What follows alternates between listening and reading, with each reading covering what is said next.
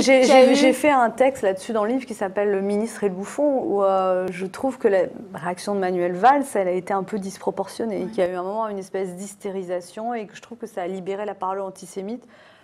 Voilà. Après, c'est sûr qu'il fallait réagir, mais je pense qu'il y avait d'autres moyens de le faire que ça. Voilà. Est-ce que vous trouvez à titre personnel je trouve que ça l'a fait, ça a augmenté clairement, si on regarde ce qui s'est passé concrètement, ça a augmenté la fréquentation de ces spectacles. Donc un coup de promo finalement, un coup pour de lui, oui, bah, c'est ce qu'il a dit d'ailleurs. Il a dit c'est mon meilleur attaché de presse. Et à titre personnel, qu'est-ce que vous avez pensé, vous, de Dieudonné? Est-ce qu'il est allé trop loin d'après vous? Moi, c'est très difficile parce que, oui, bien sûr, il est allé trop loin et bien sûr, je cautionne pas ce qu'il dit, mais en même temps, c'est compliqué parce que je l'ai connu, c'est ça, même vous auriez bien aimé.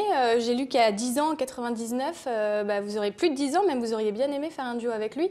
Donc c'était un humoriste. Ah oui, mais c'est quelqu'un qui est extrêmement talentueux. Même tous les humoristes le disent, c'est un des humoristes français les plus talentueux. Il a produit un nombre de spectacles incroyable quand même. Un nouveau spectacle tous les 2 ans. Il y a des gens qui tournent 10 ans avec le même spectacle. Donc c'est quelqu'un de très créatif. C'est très dommage qu'il soit rentré dans cette espèce de spirale négative. Mais bon, c'est comme ça. C'est son choix. Je veux dire, je pense qu'il a eu un moment...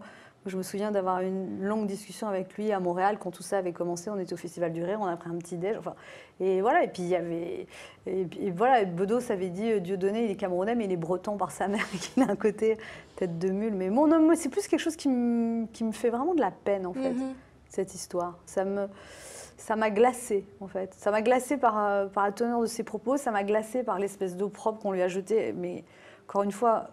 Je cautionne pas du tout. Voilà, je sais pas, tout ça m'a mis extrêmement mal à l'aise. Et à un moment, ils voulaient, les chaînes d'infos voulaient absolument avoir les réactions d'humoristes. Et on était tous aux abonnés absents. Vous avez remarqué personne parce que c'est très compliqué de s'exprimer là-dessus. Enfin, je sais pas. Et puis surtout quand c'est quelqu'un qu'on connaît, quoi, qu'on a connu, qu'on a aimé. C'est difficile de prendre position. Ouais. Oui, on condamne, mais après, je sais pas, je vais pas, enfin, je sais pas. C'est un peu. Pas de carton rouge. Et c'était too much en tout cas. Non, mais ça a été trop.